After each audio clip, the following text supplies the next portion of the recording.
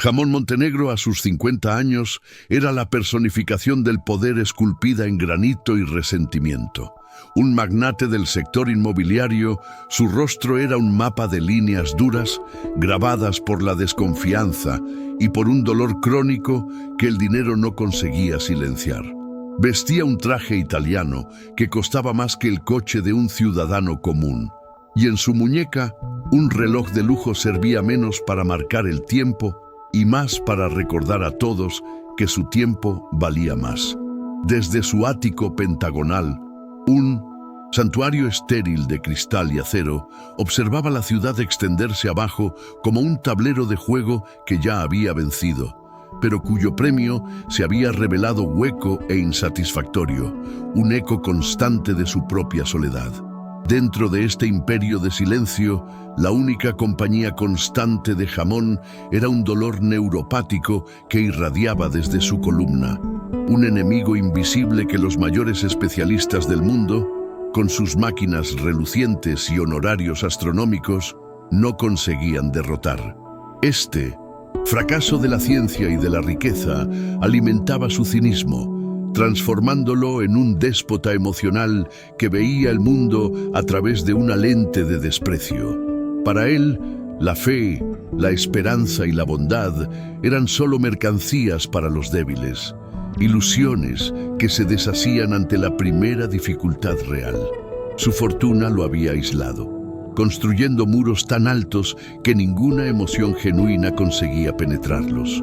Pero lo que estaba a punto de suceder esa noche cambiaría todo. Si esta historia ya te intriga, suscríbete y comenta desde qué ciudad nos estás viendo. A kilómetros de distancia de la frialdad del ático de Jamón, en el corazón de un barrio donde el asfalto daba paso a la tierra batida, vivía Mateo. Con solo 8 años, sus ojos grandes y oscuros cargaban una serenidad antigua, una sabiduría que contrastaba con su figura frágil y sus ropas sencillas. No conocía el valor de las acciones en la bolsa o el poder de un apellido, pero entendía el lenguaje silencioso del dolor en las personas. Su casa pequeña y de paredes coloridas era un punto de luz en medio de la pobreza, impregnada por el olor a especias caseras y por el sonido suave de la voz de su abuela, la única familia que le quedaba. La abuela de Mateo, una mujer de manos callosas por el trabajo y rostro surcado por la fe, era la guardiana de su secreto. Ella sabía que el toque de su nieto poseía un don inexplicable, una corriente de calor que parecía calmar los dolores más profundos de la carne y del alma. Era una herencia silenciosa, pasada por generaciones, para ser usada con humildad y propósito, nunca como una herramienta para ganancia o fama. Lo protegía de la curiosidad del mundo, enseñándole que el mayor valor no estaba en lo que se podía tener, sino en lo que se podía ofrecer, sin pedir nada a cambio. Una filosofía que el universo pronto pondría a prueba. El vínculo improbable entre estos dos mundos se materializó en un evento de caridad, un baile de gala organizado por una de las empresas de Jamón. Para el magnate, era un ejercicio de relaciones públicas que detestaba, una noche de sonrisas falsas y filantropía forzada. Rodeado por candelabros de cristal y el tintineo de cubiertos de plata, se sentía un rey en un escenario, aplaudido por una corte que despreciaba. Cada apretón de manos era calculado, cada conversación, una transacción. Estaba allí de cuerpo presente, pero su alma estaba encerrada en su torre de marfil, amarga e inaccesible. Mientras los invitados se deleitaban con canapés sofisticados, la abuela de Mateo trabajaba en la cocina del buffet, sus movimientos ágiles y eficientes contrastando con la opulencia del salón.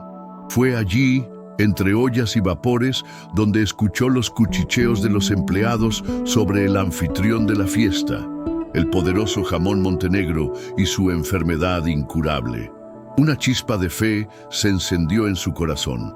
No veía a un magnate, sino a un alma sufriente. Con un coraje nacido de la más pura compasión, se secó las manos en el delantal y decidió que tenía que intentarlo. La escena que siguió fue un choque de realidades. La anciana, con su ropa de trabajo, atravesó el umbral del salón, una figura anacrónica en medio del lujo.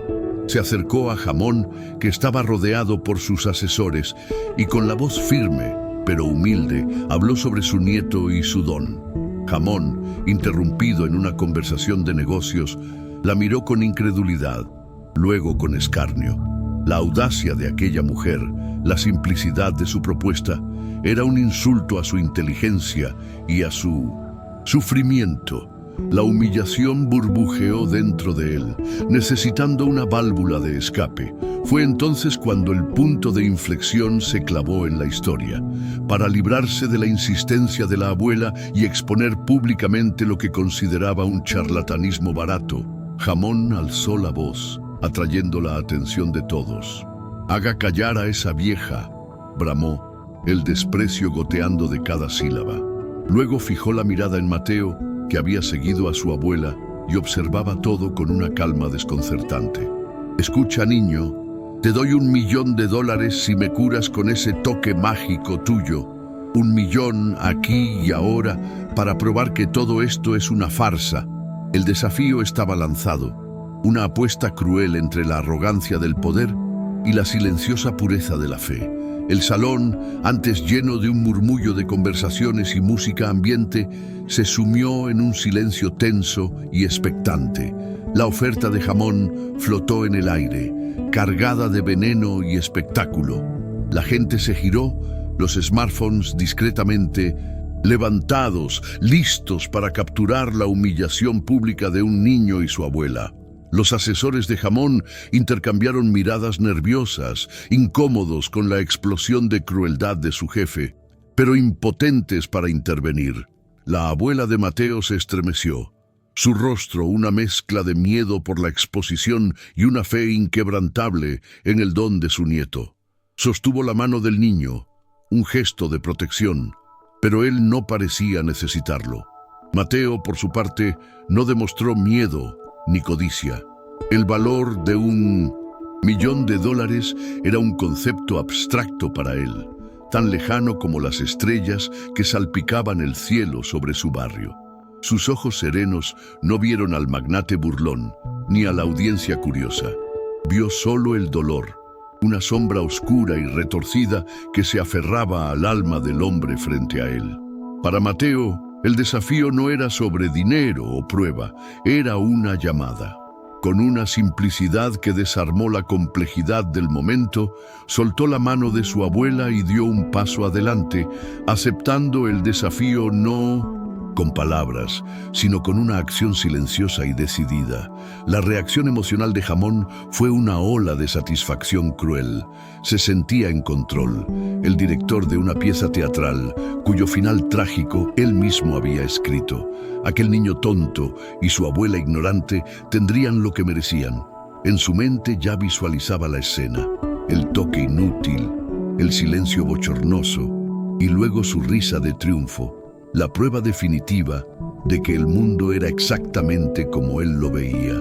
Un lugar donde solo el poder intangible y el dinero importaban. Era la reafirmación de su filosofía de vida y saboreaba la victoria incluso antes de que la batalla comenzara. Una arrogancia que precedía a la mayor caída de su vida. Mientras Mateo caminaba lentamente en su dirección, el tiempo pareció ralentizarse para Jamón.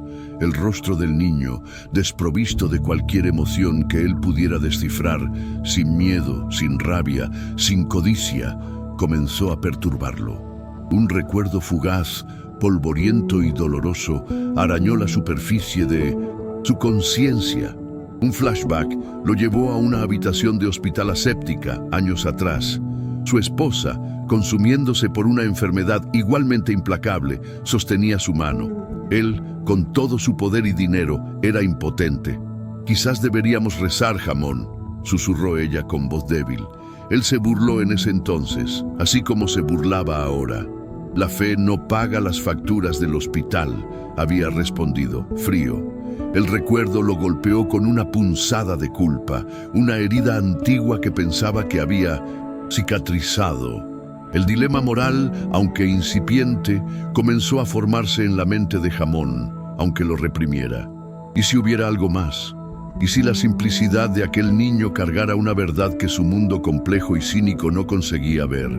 La duda era un veneno sutil, una grieta en su armadura de arrogancia. Se encontró observando la pequeña mano de Mateo acercándose, la mano de un niño que no tenía nada, y por un instante sintió un escalofrío que no era de su enfermedad. Era el miedo a lo desconocido, el miedo a estar fundamental, irremediablemente equivocado, sobre todo en lo que creía. El antagonista, Jamón, no se veía a sí mismo como un villano, sino como un realista.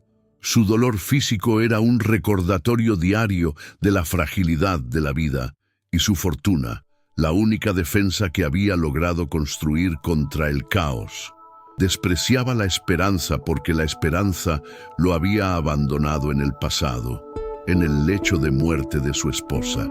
Su desprecio por Mateo y su abuela no era solo crueldad, era una defensa desesperada de su visión del mundo. Si aquel niño podía hacer lo imposible, entonces toda su vida, todas sus elecciones, toda su amargura habrían sido construidas sobre una mentira. La posibilidad era tan aterradora que necesitaba aplastarla. El giro, sin embargo, no vino de una ayuda rechazada o de un abandono, sino de una aceptación silenciosa que Jamón no había previsto. El niño, Mateo, simplemente asintió, como si la petición absurda fuera la cosa más natural del mundo. No miró a su abuela en busca de permiso, ni a la multitud en busca de aprobación. Sus ojos permanecieron fijos en Jamón, y en su mirada no había el brillo de la codicia, sino el enfoque de un artesano a punto de iniciar un trabajo delicado. Jamón sintió una incomodidad crecer en su pecho. La ausencia de la reacción previsible del niño lo desequilibró, sacándolo del guión de humillación que había planeado tan cuidadosamente en su mente.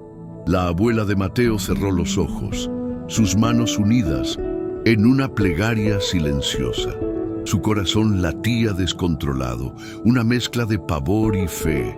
No pedía el éxito para que Jamón pagara el dinero, sino para que la pureza del don de su nieto no fuera manchada por la crueldad del mundo. Temía el cinismo de aquella multitud, el veneno del escarnio que podría herir el alma inocente de Mateo de una forma que ninguna pobreza jamás consiguió. Su fe era un escudo frágil contra la arena de leones en la que su pequeño nieto estaba a punto de entrar, y rezaba para que fuera suficiente. Para mantener la tensión, Jamón intentó retomar el control de la situación forzando una sonrisa de superioridad. «Vamos, niño, el mundo entero está esperando tu gran milagro», dijo, con la voz cargada de sarcasmo. Pero las palabras sonaron huecas incluso para sus propios oídos. La imagen de su esposa en el hospital volvió a atormentarlo. El recuerdo de su propia impotencia. Estaba recreando la misma escena, pero esta vez la fe que había despreciado estaba encarnada en un niño de 8 años, mirándolo con una calma que rozaba lo divino. La armadura de Jamón, que él pensaba que era impenetrable, estaba empezando a mostrar grietas. Mateo dio el último paso y se detuvo a centímetros de distancia del magnate. El niño levantó la mano, no de forma vacilante, sino con una certeza que era al mismo tiempo gentil y absoluta. Los invitados contuvieron la respiración. Los teléfonos estaban firmemente apuntados, grabando cada segundo. El silencio era tan profundo que el zumbido de los candelabros de cristal parecía un rugido. Jamón se preparó para la farsa, para el toque inútil que lo justificaría. Creía saber exactamente lo que estaba por venir. El guión estaba claro en su mente, y en ese instante bastó la pureza de aquel gesto para poner su mundo patas arriba. La mano de Mateo, pequeña y con las uñas un poco sucias de tierra, se cernió por un segundo sobre la manga del traje de jamón, una tela italiana que costaba el sustento de la familia del niño durante un año entero. La imagen era un poema visual de contraste y contradicción, la inocencia tocando la corrupción, la pobreza tocando la opulencia, la fe tocando el escepticismo. Era el punto de colisión de dos universos, un momento congelado en el tiempo donde toda la narrativa de la vida de Jamón estaba en juego, a punto de ser reescrita o confirmada para siempre. La culpa por la burla pública comenzó a corroer a Jamón por dentro. Al ver la seriedad en el rostro del niño, ya no se sintió como un rey exponiendo a un farsante, sino como un matón intimidando a un inocente. El espectáculo que él mismo había creado ahora se volvía en su contra, exponiendo no el fraude del niño, sino su propia bancarrota moral. Un sudor frío brotó en su frente. Por primera vez en años se sintió vulnerable, no por el dolor en su espalda, sino por el dolor de verse a través de los ojos de otra persona y no gustarle la imagen que veía reflejada. Una mentira, antes considerada como verdad, comenzó a revelársele. No odiaba la fe por ser ilógica. La odiaba porque, en el momento en que más la necesitó, junto a su esposa, no la tuvo. Su cinismo no era fuerza, era el miedo a sentir de nuevo el dolor de la esperanza perdida. Había construido un imperio de hormigón y acero sobre las ruinas de su corazón roto, y ahora un niño de 8 años amenazaba con demolerlo todo con un simple toque, forzándolo a encarar los escombros que había pasado décadas escondiendo. Las consecuencias de sus decisiones pasadas lo asaltaron. Cada acto de crueldad calculada, cada persona que humilló para sentirse superior, cada gesto de desprecio hacia la bondad ajena, todo ello parecía converger en aquel momento, en aquel salón. Había desafiado al universo a que probara que él tenía razón, y el universo había respondido enviando a su mensajero más improbable. La tensión era insoportable, un peso en su pecho que era más agonizante que su dolor crónico. Quería que aquello terminara, quería huir, pero estaba paralizado, prisionero de su propio desafío. Finalmente, la mano de Mateo se posó sobre su brazo. No hubo un impacto ni una descarga eléctrica. Fue un contacto ligero, casi imperceptible. Pero en el instante en que la piel del niño, incluso a través de la tela, tocó la suya, algo cambió.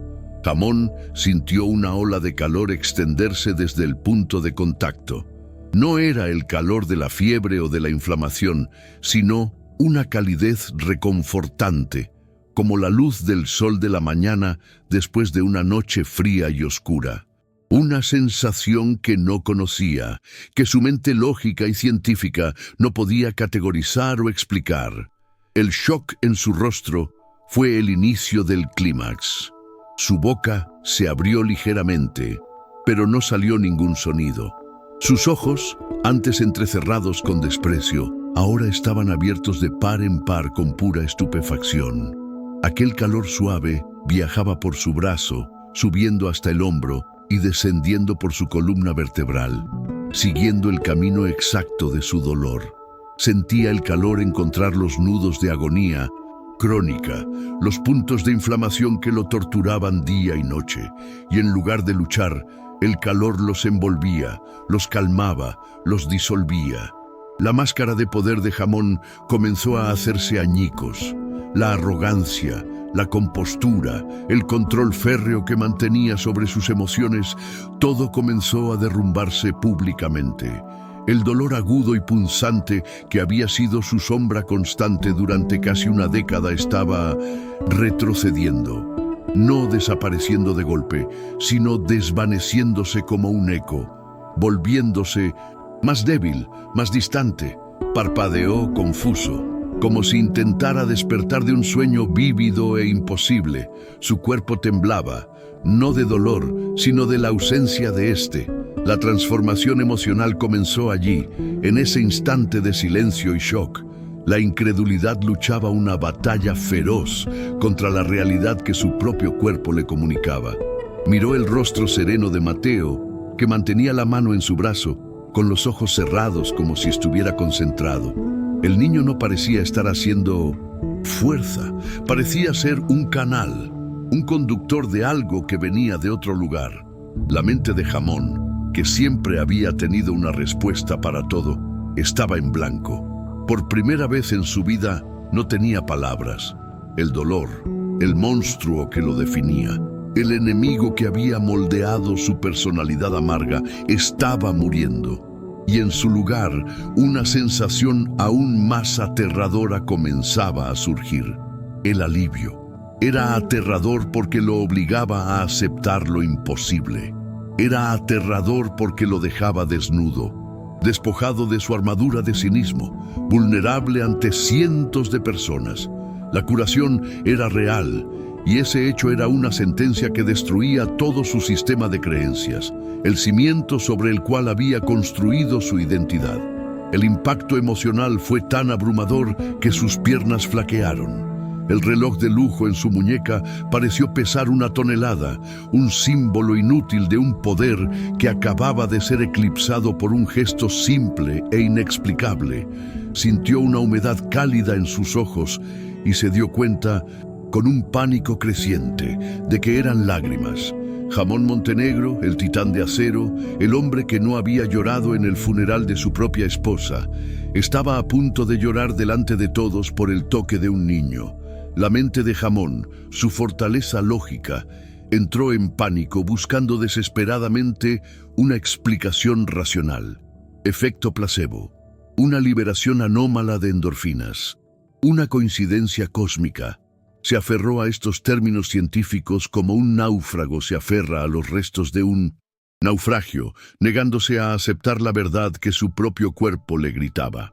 Toda su identidad, construida sobre la premisa de la previsibilidad y el materialismo, estaba bajo ataque de la fuente más ilógica imaginable. Aceptar el milagro era aniquilarse a sí mismo.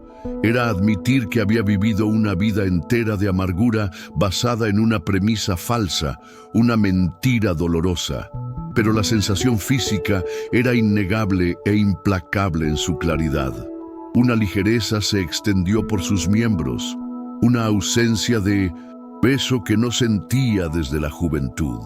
Podía sentir la tensión desvanecerse de músculos que ni siquiera sabía que estaban perpetuamente contraídos.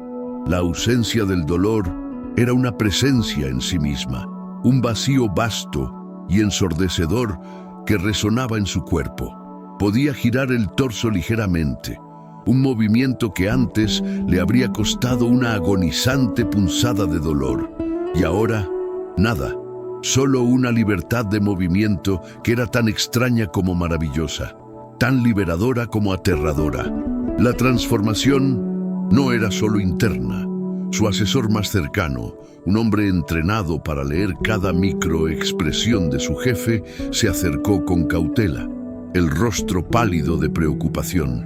«Señor Montenegro, ¿se encuentra bien? ¿Quiere que llame a un médico?», susurró, con la voz temblorosa. La pregunta, tan común en su rutina, ahora sonaba absurda. Un médico. Los mejores médicos del mundo habían fracasado. Lo que necesitaba no era un médico, sino un diccionario para entender el lenguaje de lo imposible que se estaba hablando en su propio cuerpo, un lenguaje que lo dejaba completamente sin palabras. Ignorando a su asesor, Jamón fijó la mirada en Mateo. El niño finalmente había bajado la mano, el trabajo terminado. Fue en ese momento que la última muralla de negación de Jamón se derrumbó. No había truco, no había explicación, solo había el antes y el después. Antes, el dolor que lo definía.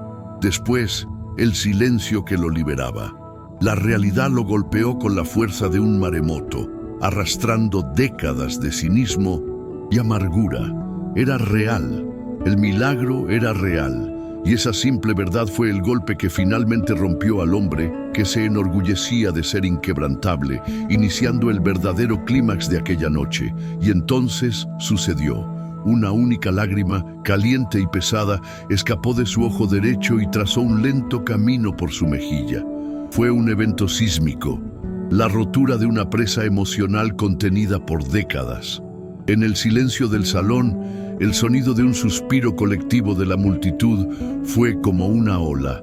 Todos lo vieron, el titán, el rey de piedra llorando. Aquel gesto involuntario fue más impactante que cualquier explosión de ira, una confesión pública de que algo fundamental se había roto y renacido dentro de él. La cámara de un teléfono móvil capturó el brillo de la lágrima bajo la luz del candelabro, inmortalizando el instante de su rendición.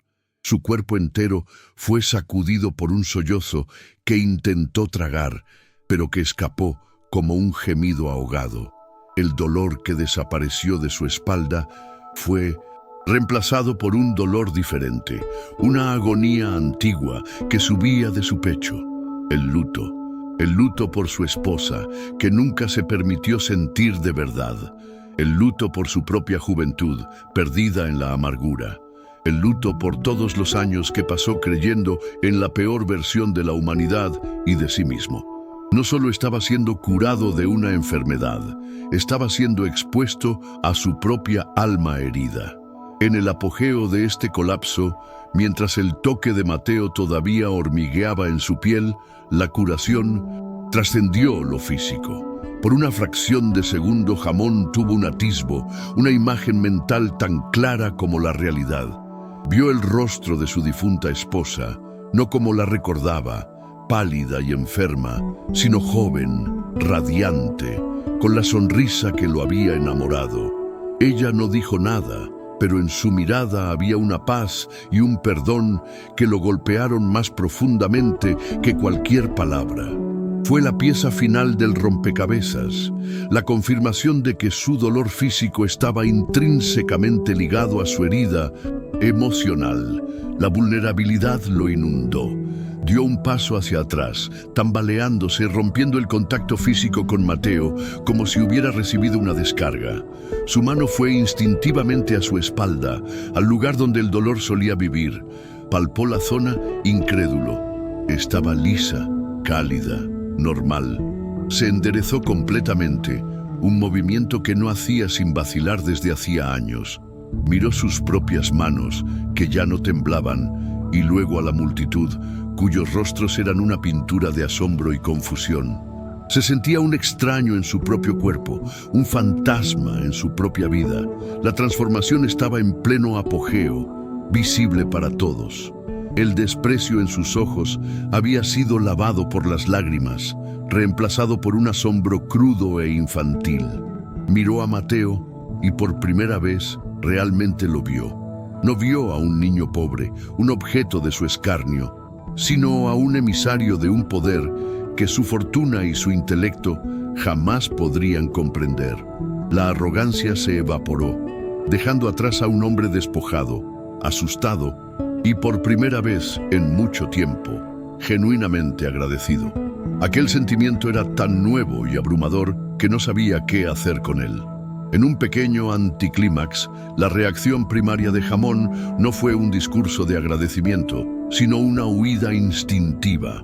El peso de cientos de miradas sobre su alma expuesta era insoportable. El milagro era demasiado íntimo para ser un espectáculo público. Sin una sola palabra para el niño, para la multitud o para sus atónitos asesores, se dio la vuelta. Con pasos rápidos y torpes, se abrió camino hacia la salida, un general huyendo del campo de batalla, donde acababa de presenciar la más imposible de las victorias. La reacción de la multitud fue una explosión de murmullos confusos. ¿Qué ha pasado? ¿Se ha curado? ¿Por qué ha huido? El evento de caridad se había transformado en un teatro de lo inexplicable. Algunos invitados corrieron tras Jamón, mientras que otros, ahora liberados del hechizo del silencio, comenzaron a aglomerarse en torno a Mateo y su abuela, señalando, preguntando, tratando de entender lo que sus propios ojos acababan de presenciar. La escena se sumió en un caos de lujo y perplejidad, el guión de la noche completamente destruido. En medio de la creciente confusión, Mateo permaneció como el ojo tranquilo del huracán. Observó la puerta por donde Jamón había desaparecido, su expresión neutra, pero sus ojos profundos contenían la sabiduría de quien entiende que la curación del cuerpo es solo el primer paso. El trabajo más difícil, la curación del alma, era un viaje que Jamón tendría que hacer solo. Bajó la mirada a su propia mano, el pequeño instrumento de un poder inmenso, y luego se giró hacia su abuela, buscando el consuelo familiar de su presencia. La abuela actuó rápidamente, envolviendo al nieto en sus brazos, un gesto de protección contra la ola de curiosidad que ahora los rodeaba. Miró los rostros de los invitados ricos y poderosos, que ahora miraban a su nieto no con desprecio, sino con una mezcla de miedo, esperanza y codicia. Sabía que aquel momento cambiaría sus vidas para siempre.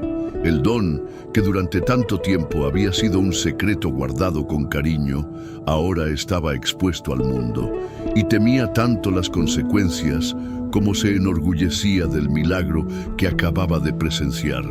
El bloque se cierra con un silencio impactante proveniente del centro de la conmoción. Mientras los asesores de Jamón intentan controlar la situación y los invitados discuten acaloradamente, la cámara se enfoca en el vínculo entre la abuela y el nieto. Ella lo abraza con fuerza y él descansa la cabeza en su hombro, cerrando los ojos. No se intercambia ninguna palabra entre ellos.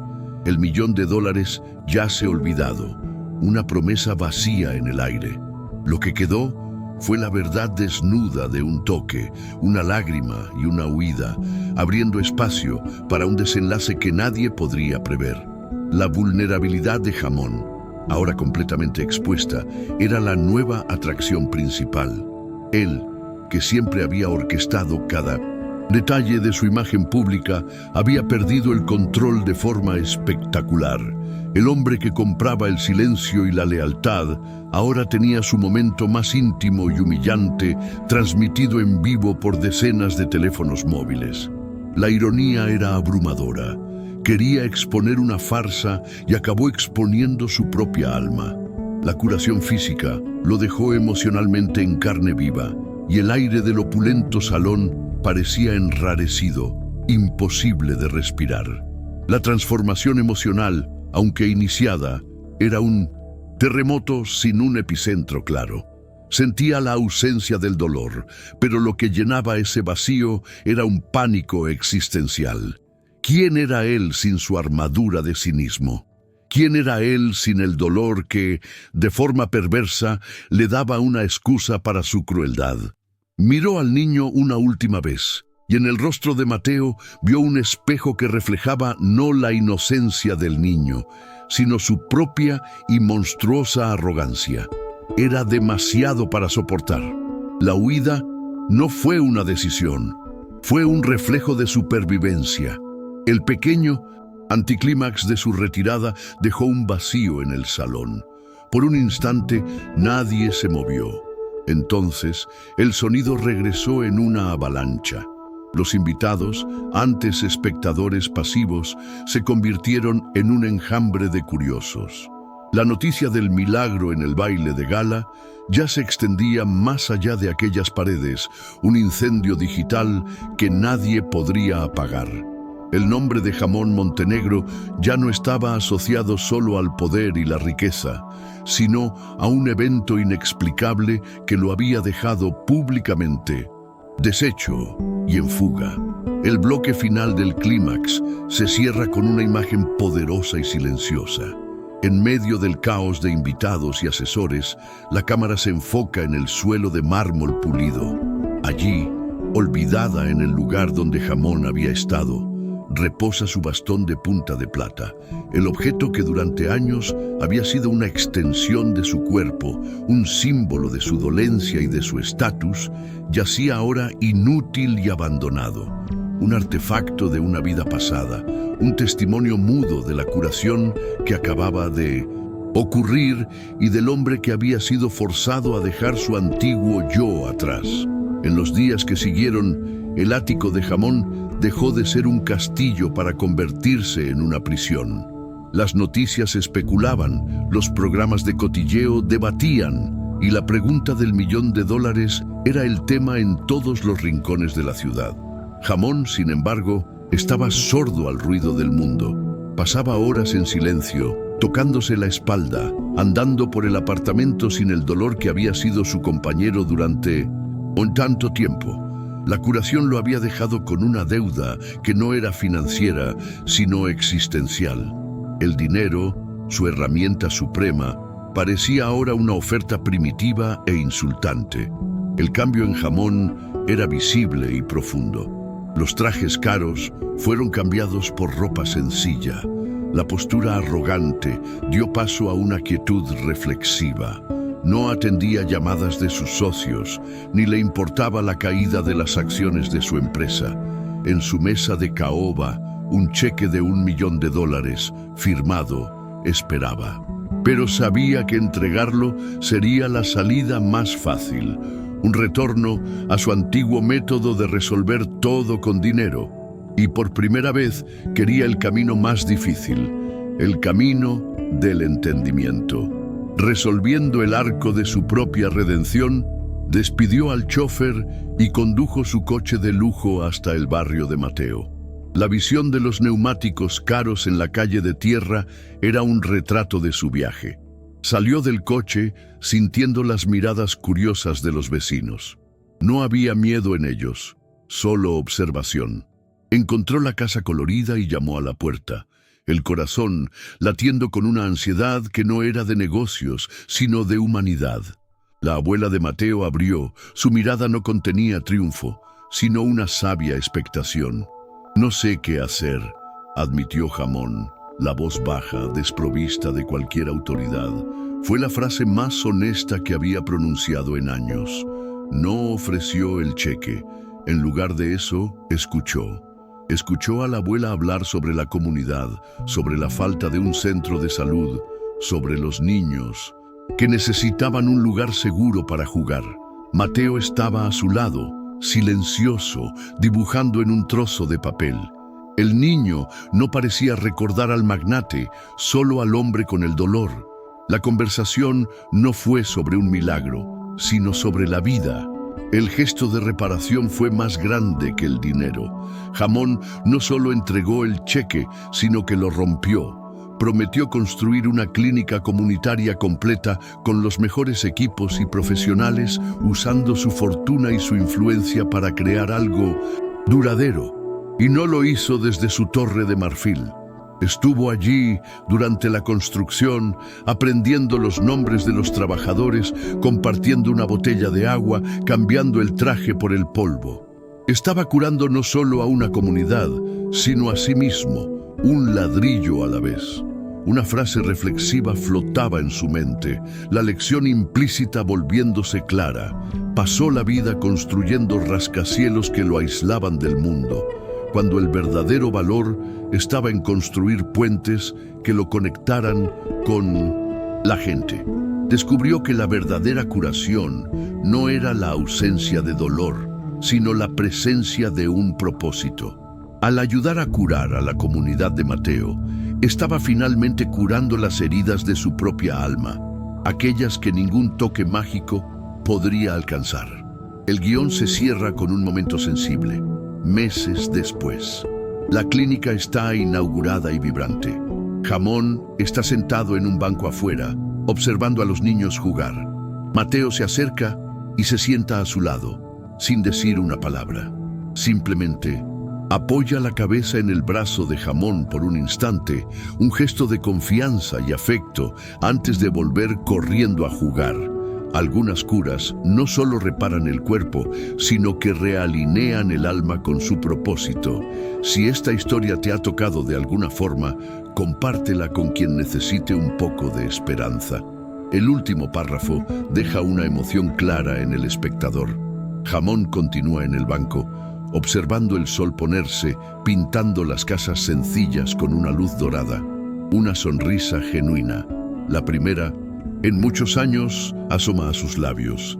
Ya no está mirando un reino a ser conquistado, sino un hogar del que, de alguna manera, ahora forma parte. La cámara se aleja lentamente, dejándolo allí. Ya no un rey herido en su torre, sino un hombre común, encontrando la paz en el banco de un parque. La emoción que queda es la de una redención silenciosa y la belleza abrumadora de la esperanza.